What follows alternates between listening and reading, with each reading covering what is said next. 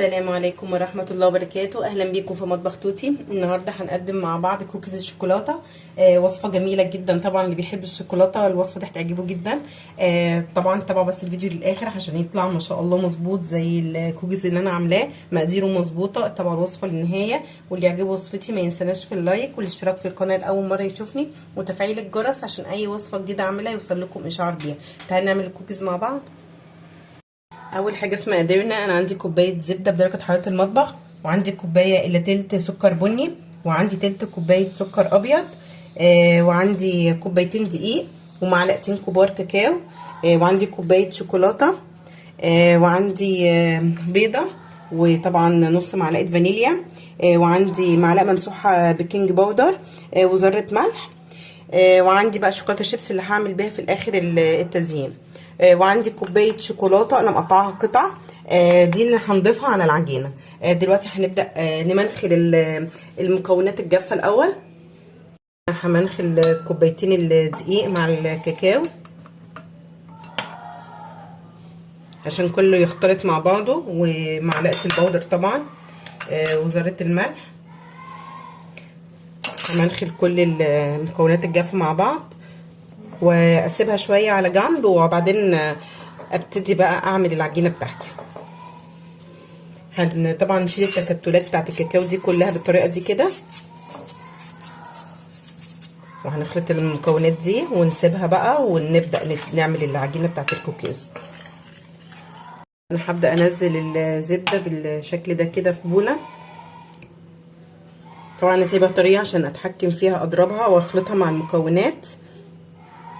هنزل كل اللي في الكوبايه بتاعتي عشان تبقى الكوبايه كامله،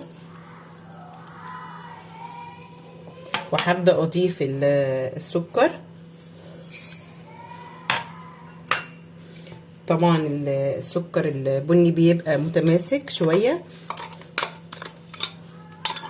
بيبقى طري يعني شويه عن السكر الابيض. انا هبدا بقى اخلط المكونات دي الاول مع بعض بمضرب سلك او مضرب كهرباء عادي، وهنوريكم هنعمل ايه مع بعض تاني.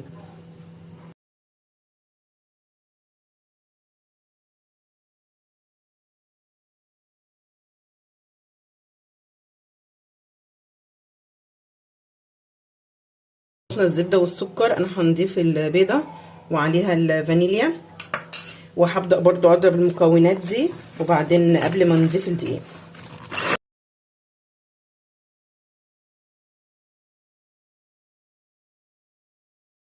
هنبدا نضيف الشوكولاته ونقلب كده المكونات كلها مع بعض بالشكل ده كده. الاول انا بستخدم الاسباتيول، وبعد كده طبعا هنعجن في الاخر بايدي لو لقيت العجينه محتاجه يعني ان هي تتعجن كتير. هبدا اضيف دي حبه حبه كده واقلب كده.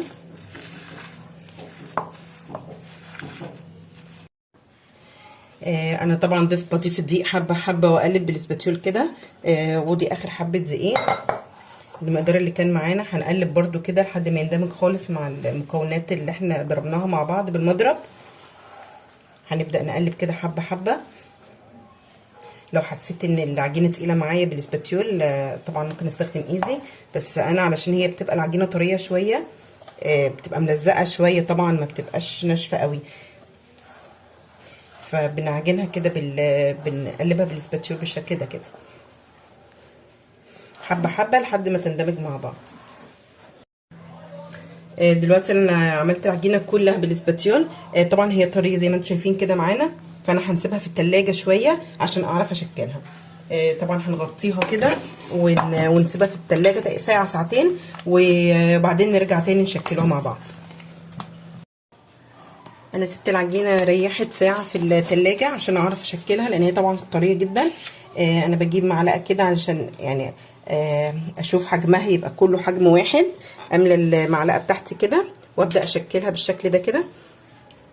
طبعا كل واحد الحجم اللي يناسبه، بس انا عشان اطلعها تقريبا حجم واحد. واجيب صاج او صينيه احط فيها ورقه زبده، لان طبعا العجينه فيها شوكولاته مش ما تلزقش، ونحطه عليها ونسيب مسافه بين كل واحده والتانيه. انا هشكل الصاج كله ونشوف هياخد صاج او صاجين، وهنوريكم لما اخلص.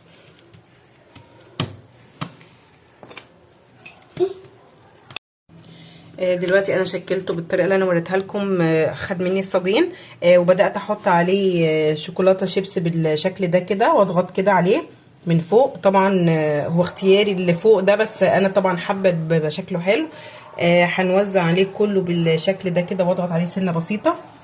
طبعا انا بعد ما اخلص تشكيله، بعد ما اخلص الشوكولاته الشيبس عليه خالص كله، انا هنحطه في التلاجة يمسك شويه ساعه كده كمان، وابدا اجهز الفرن اكون مشغلاه، واحطه على درجه حراره متوسطه، وبنسيبه في الفرن لمده من 10 دقائق لربع ساعه. وهوريه لكم طبعا لما نيجي نطلعه بعد ما يتخبز.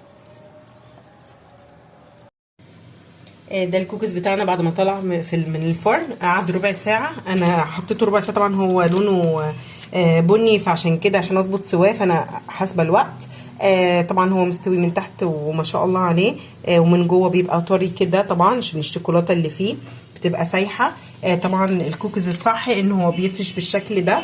اعرف ان المقادير معايا مظبوطه. ان شاء الله المقادير اللي انا مقدماها للكوكيز تعجبكم. بس اللي يعجبه وصفتي ما ينساش في اللايك، وبالف هنا.